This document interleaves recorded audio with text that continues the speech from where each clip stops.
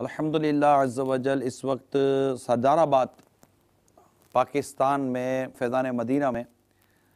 نگران پاکستان انتظامی کابینہ کے ساتھ پاکستان کے نگران کابینات جن میں اراکین شورا بھی شامل ہیں، جن کے ذمے دعوت اسلامی کے مدنی کاموں کی ذمہ داری ہے پاکستان سطح کی، جو نگران کابینات کہلاتے ہیں، ان کا مدنی مشورہ جاری ہے اور مجھے بھی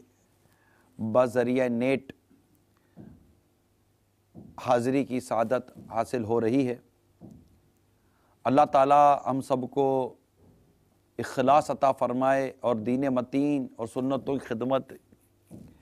کے لیے قبول فرمائے۔ یقیناً پاکستان اس وقت دنیا بھر کے مدنی کاموں کا مرکز ہے، اور اس ملک میں مدنی کام کرنے والے یہ دنیا بھر کے اسلامی بھائیوں کی توجہ کا بھی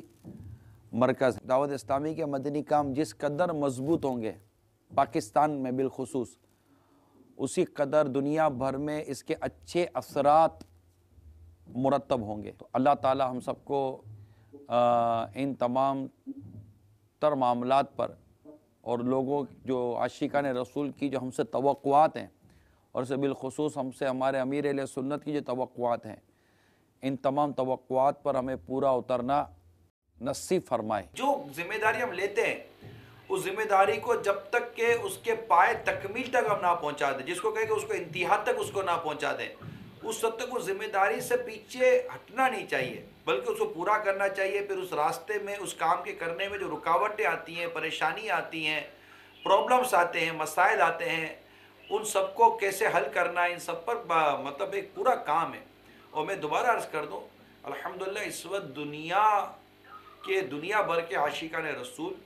دعوت اسلامی کو ایک اس طرح دیکھتے ہیں کہ جیسے ایک اندھیرے میں امید کی واضح کرن کو بندہ دیکھتا ہے، ایسا دیکھا جا رہا ہے۔ اور بہت سارے مطلب کہ امت کو درپیش کام اور مسائل ہیں جس کو دعوت اسلامی پورا کر رہی ہے، اور بقیہ جو ہے اس کو بھی مطلب کہ شریعت کے مطابق اور تنظیمی طریقہ کار کے مطابق، تنظیمی گنجائش کے مطابق پورا کرنے کا ہم ذہن رکھتے ہیں۔